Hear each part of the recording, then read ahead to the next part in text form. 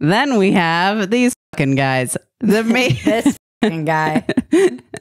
But they already have their own category. Yeah, they deserve their own category because they're royalty.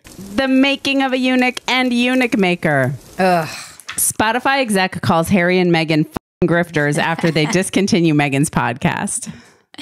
Okay, her podcast was horrible. It's not as easy as it looks, folks. And also, no one can relate to you. You're the most unrelatable person I've ever heard of. So she was actually having her audio producers call and do the interview, and then she would record the questions and cut them in. That is the most princess I've ever heard. You can't be bothered to show up for your podcast interview and you have somebody else do it in your stead?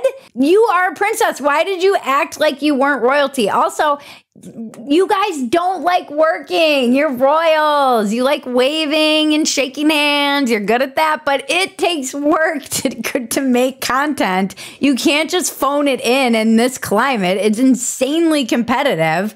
There's a million different podcasts and people who are vying for other people's attention. And you think just because of who you are, you can swoop in and have a shitty podcast that no one can identify with. It's funny that this Spotify executive, it sounds like he was drunk at a bar and was like, these grifters. Although I think he did say, someone get me drunk and I'll tell this story. He did. He said this on his podcast. He has his own podcast. So he was like, he called them grifters on his podcast. And then he was like, someone get me drunk and have me tell the story about talking to Harry on a Zoom call about podcast content. Cause that's my best story ever. I'm like, I want to hear that story. But yeah, we all want to hear that story. I mean, South Park killed them. We all watched a public execution when South Park took them down. It's the worldwide privacy show.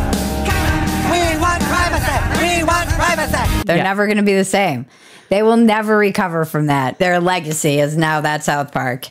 You can tell how shitty these people are that even Americans don't like them. The country that revered Tiger King thinks these guys are pieces of shit. We haven't hated anybody this much since King George. In honor of the 4th of July, I think we should all hate on the royals a little bit more. They should know their content lane. It's not podcasts. It's not Netflix. It's the tabloid rack in the grocery store where the royals belong. What matters is what we have on the inside.